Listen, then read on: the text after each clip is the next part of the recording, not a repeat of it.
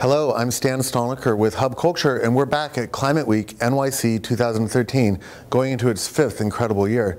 Joining me now is Callum Grieve from CounterCulture, a sustainability communications agency. Can you tell me a little bit about what CounterCulture is doing? Sure. Well, we work with organizations, businesses, some are small, some are sort of multinational corporations, but also charities, and we help them tell their story, but only when they're doing really ambitious things on environment and community. So the big scale stuff. Yes. Right. So what are you guys working on? What are the new agendas and projects that are coming out from these companies? Well, we're really focused on climate change and energy. That's always been sort of our area of interest, and a lot of the team are actually some of the early members of the communications team from the climate group. Okay. And so we've got lots of experience working with corporations and government and civil society on climate change and energy. So do you see climate change and energy as being two separate issues, or are they really just one big ball of wax? They're interrelated. I don't think you can really separate them out. I think we have to look at both of them together. Right now we're getting sort of excited about a campaign that we're working on with the UN and with some companies, which is really focused on renewable energy, but of course there's links to climate change there. Mm-hmm. And with regard to climate change in these companies, what are the kind of most hopeful things that you're seeing? Like, I know that there's a tremendous amount of attention and energy that's being put into the topic, but what's coming out the other side of that effort?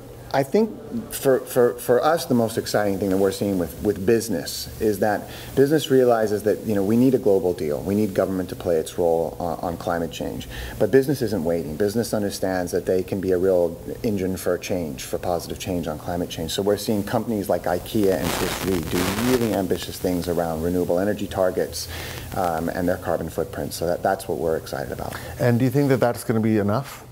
It's not going to be enough. I think that, you know, we need government to play its role. We need civil society to play its role too. I think it's really about all three coming together, and that was really why we built Climate Week 5 years ago. Yeah. We created Climate Week as a platform for those three entities, business, government, and civil society, to come together in New York during this week when all of the politicians would be in town for the UN, to let those politicians know this is really important to us and we need to work together to help solve this challenge. So it's certainly not going to be enough for business to do it alone.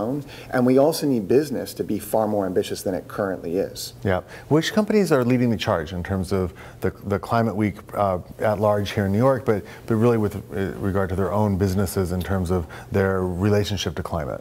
Well, you know, there are so many companies now. I remember when we first started this, you could clearly sort of see the leaders, and there are leaders still now, but so many companies are moving in different kinds of way.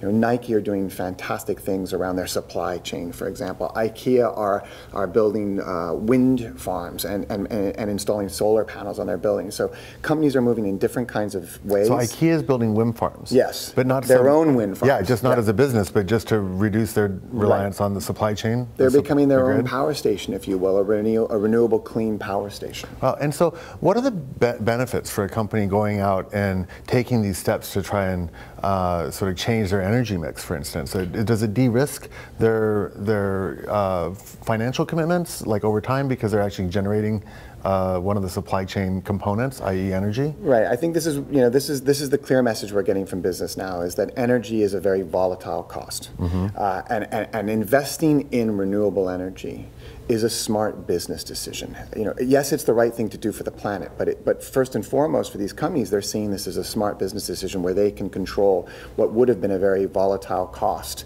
in their business. You know, now they're building wind farms and installing solar panels so that they can control their own energy costs. So really what we're talking about here is clean energy for competitive advantage. Yes. So if you're not doing it, you're going to really be behind. You're falling behind. Yeah. Okay.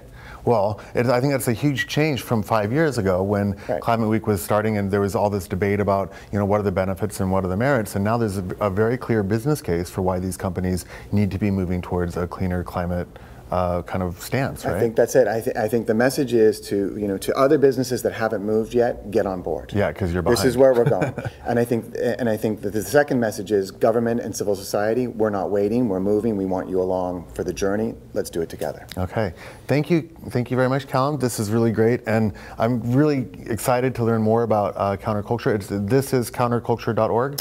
This is counterculture.com. .com. And the campaign we're working on with the UN and the companies will be launching that on November 20th in Warsaw during COP19. Okay, so we'll have to stay tuned for all that.